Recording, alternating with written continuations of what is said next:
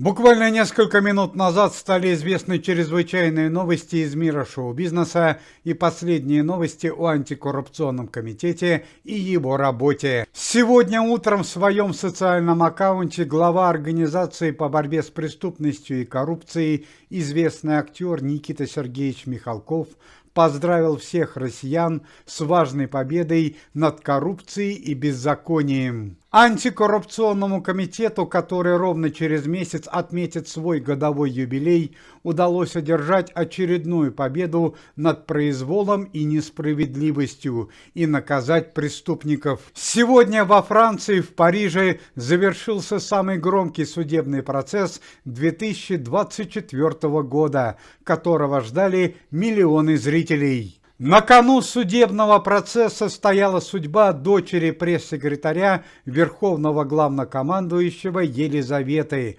которая обвинялась в тяжких преступлениях, финансовом мошенничестве, получении взятки в особо крупном размере и ведении незаконного коммерческого бизнеса. Дочь пресс-секретаря была взята под стражу вместе со своим супругом еще 3 месяца назад. Суд над 26-летней миллионершей длился 2 недели. Пресс-секретаря и его супругу Татьяну Навку не допустили до судебного заседания. На судебном заседании присутствовали представители местного филиала города Парижа антикоррупционного комитета, а также 2 представителя антикоррупционного комитета Российской Федерации – артистки Наталья Варлей и Анастасия Вертинская. Напомним, что еще 2 месяца назад на дочь пресс-секретаря написали заявление в полицию известные публичные люди Франции: актер Пьер Ришар,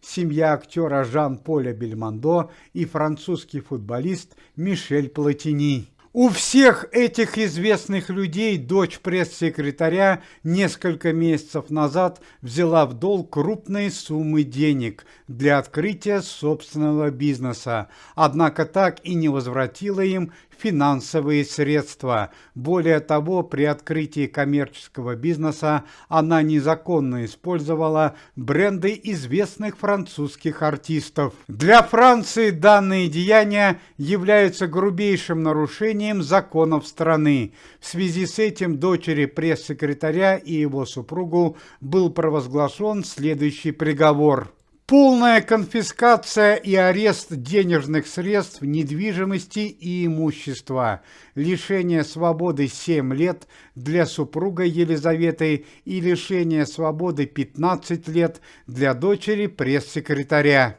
Приговор, утвержденный судом города Парижа, вступает в силу 1 июля 2024 года. Ну и по традиции последние новости о антикоррупционном комитете и его работе. Сегодня утром Басманный суд города Москвы заочно арестовал супругу инагента и известного музыканта Андрея Макаревича Эйнет Кляйн.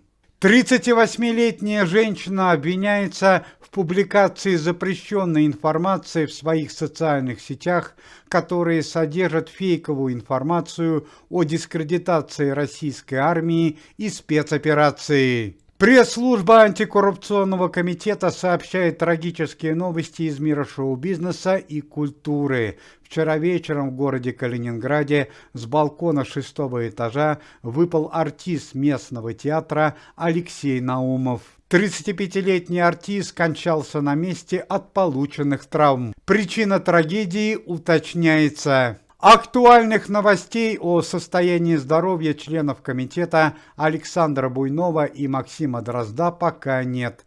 Данные артисты после тяжелых ранений на данный момент находятся в реанимации в тяжелом состоянии. Член антикоррупционного комитета и известный актер Константин Хабенский впервые после страшной семейной драмы отправился на антикоррупционную проверку в Новгородскую область. Проверка продлится 3 дня. Уважаемые зрители, если вы желаете выздоровления членам комитета и поддерживаете их деятельность, то можете поставить лайк под видео и написать поддерживающий комментарий.